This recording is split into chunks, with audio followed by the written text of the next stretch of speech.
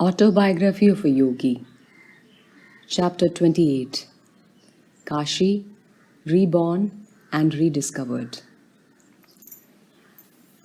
Please do not go into the water. Let us bathe by dipping our buckets. I was addressing the young Ranchi students who were accompanying me on an 8-mile hike to a neighboring hill. The pond before us was inviting, but a distaste for it had arisen in my mind. The group around me followed my example of dipping buckets, but a few lads yielded to the temptation of the cool waters. No sooner had they dived than large water snakes wiggled around them. The boys came out of the pond with comical alacrity. We enjoyed a picnic lunch after we reached our destination. I sat under a tree surrounded by a group of students. Finding me in an inspirational mood, they plied me with questions. "Please tell me, sir," one youth inquired, "if I shall always stay with you in the path of renunciation." "Ah, no," I replied.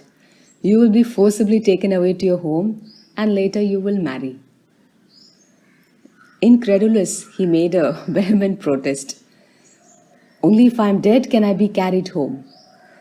But in a few months, his parents arrived to take him away in spite of his tearful resistance.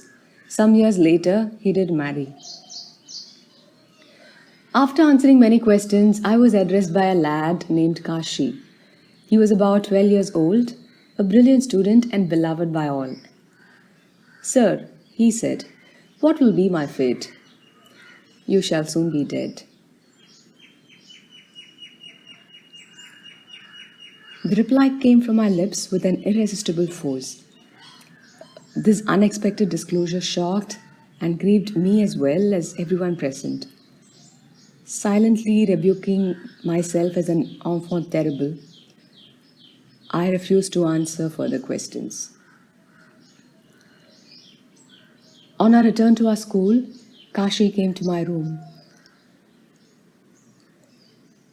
"If I die, will you find me when I am reborn and bring me again to the spiritual path?"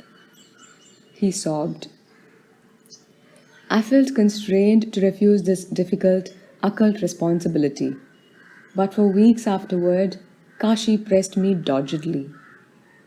Seeing him unnerved to the breaking point, I finally consoled him. "Yes," I promised.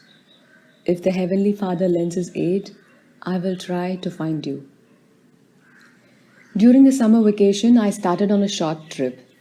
Regretting that I could not take Kashi with me, I called him to my room before leaving and carefully instructed him to remain against all persuasion in the spiritual vibrations of the school. Somehow I felt that if he did not go home, he might avoid the impending calamity. No sooner had I left than Kashi's father arrived in Ranchi. For 15 days, he tried to break the will of his son, explaining that if Kashi would go to Calcutta for only 4 days to see his mother, he could then return. Kashi persistently refused. The father finally said he would take the boy away with the help of the police. The threat disturbed Kashi, who is unwilling to be the cause of any unfavorable publicity to the school. He saw no choice but to go. I returned to Ranchi a few days later. When I heard how Kashi had been removed, I entrained at once for Calcutta. There I engaged a horse cab. Very strangely, as the vehicle passed beyond the Howrah Bridge over the Ganges, I beheld Kashi's father and other relatives in mourning clothes. Shouting to my driver to stop, I rushed out and glared at the unfortunate father. "Mr. Murderer," I cried somewhat unreasonably, "you have killed my boy."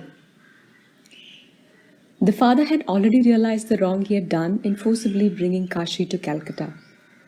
During the few days the boys had been there, he had eaten contaminated food, contracted cholera, and passed on.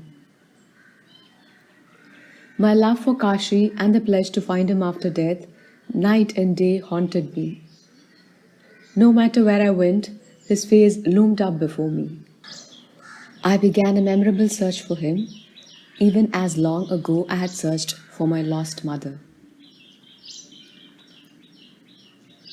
I felt that inasmuch as God had given me the faculty of reason, I must utilize it and tax my powers to the utmost in order to discover the subtle laws by which I could know the boy's astral whereabouts.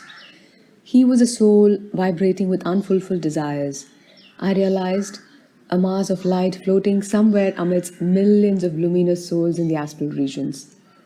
How was I to tune in with him among so many vibrating lights of other souls? Using a secret yoga technique, I broadcasted my love to Kashi's soul through the microphone of the spiritual eye, the inner point between the eyebrows. With the antenna of upraised hands and fingers, I often turned myself round and round, trying to locate the direction in which he had been reborn as an embryo. I hoped to receive response from him in the concentration-tuned radio of my heart. I intuitively felt that Kashi would soon return to the earth, and that if I kept unceasingly broadcasting my call to him, his soul would reply. I knew that the slightest impulse sent by Kashi would be felt in my fingers, hands, arms, spine, and nerves. With undiminished zeal, I practiced the yoga method steadily for about 6 months after Kashi's death. Walking with a few friends one morning in the crowded Bao Bazaar section of Calcutta, I lifted my hands in the usual manner. For the first time, there was response. I thrilled to detect electrical impulses trickling down my fingers and palms. Those currents translated themselves into one overpowering thought from a deep recess of my consciousness. I'm Kashi. I am Kashi. Come to me. The thought became almost audible as I concentrated on my heart radio. In the characteristic, slightly hoarse whisper of Kashi, I heard a summons again and again. I seized the arm of one of my companions, Prakash Das, and smiled at him joyfully. It looks as though I have located Kashi. I began to turn round and round to the undisguised amusement of my friends and the passing throng. The electrical impulses tingled through my fingers only when I faced toward a nearby path, aptly named Serpentine Lane. The astral currents disappeared when I turned in other directions. Ah, I exclaimed, Kashi's soul must be living in the womb of some mother whose home is in this lane. My companions and I approached closer to Serpentine Lane. The vibrations in my upraised hands grew stronger, more pronounced. As if by a magnet, I was pulled toward the right side of the road. Reaching the entrance of a certain house, I was astounded to find myself transfixed. I knocked at the door in a state of intense excitement, holding my very breath. I felt that the successful end had come for my long, arduous, and certainly unusual quest. The door was opened by a servant, who told me her master was at home. He descended the stairway from the second floor and smiled at me inquiringly. I hardly knew how to frame my question, at once pertinent and impertinent.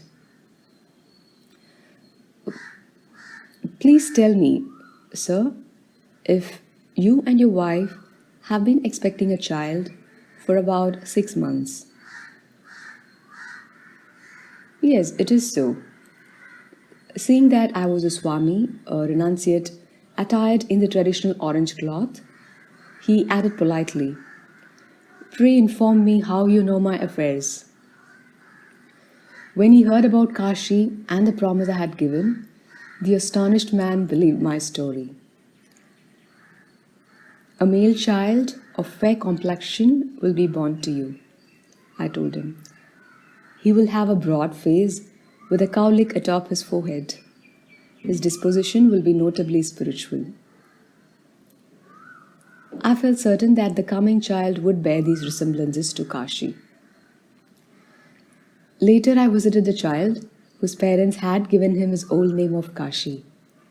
Even in infancy, he was strikingly similar in appearance to my dear Ranchi student. The child showed me an instantaneous affection. The attraction of the past awoke with redoubled intensity. Years later, the teenage boy wrote me during my stay in America. He explained his deep longing to follow the path of a renunciate. I directed him to a Himalayan master who, to this day, guides the reborn Kashi.